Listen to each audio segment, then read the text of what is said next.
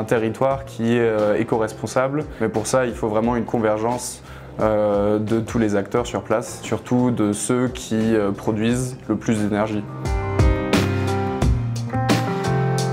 On a lancé une démarche de transition écologique à l'échelle du département en appui des territoires qui sont à la mise en œuvre et on va lancer une grande campagne en fait, de sensibilisation et d'information auprès des Meusiens pour qu'on puisse tous ensemble avancer dans le bon sens et trouver une solution à tous ces enjeux qui sont des plus importants pour la survie de l'humanité.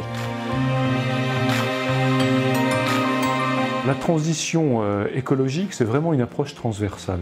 Ça touche tous les acteurs, tous les partenaires. On doit faire preuve d'initiatives nouvelles, comme c'est le cas aujourd'hui avec cet atelier de travail.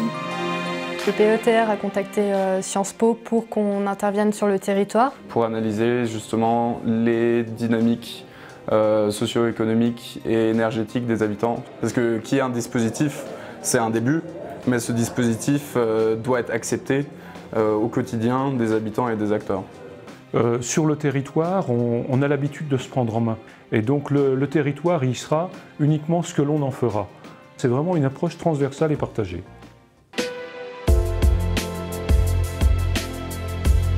On avait une idée déjà de projet photovoltaïque pour pallier à nos besoins, à notre forte consommation d'électricité, on va dire, sur ce bâtiment qui est tout électrique, qui est notre plus gros bâtiment consommateur d'électricité. On est aux environs de 300 000 kWh par an et on va pouvoir, avec cette centrale, produire un tiers de notre consommation.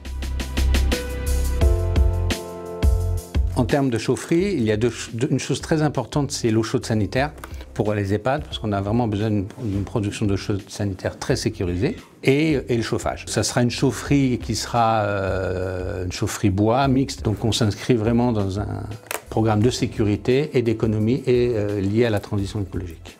Il faut absolument se documenter sur la question du changement climatique et de la dépendance de notre monde moderne à l'approvisionnement énergétique, parce que c'est la clé de lecture qui derrière permet de comprendre si on a raison ou tort de faire ceci plutôt que cela, d'autoriser quelqu'un à construire plutôt que là, de se lancer ou pas dans la gestion forestière, ou s'il faut modifier les menus plutôt comme ceci plutôt que comme cela à la cantine. Je me suis sorti d'ici enrichi avec des réflexions à avoir et pas forcément de solution tout de suite, mais en tout cas dire qu'il est grand temps d'en chercher et de les mettre en œuvre surtout.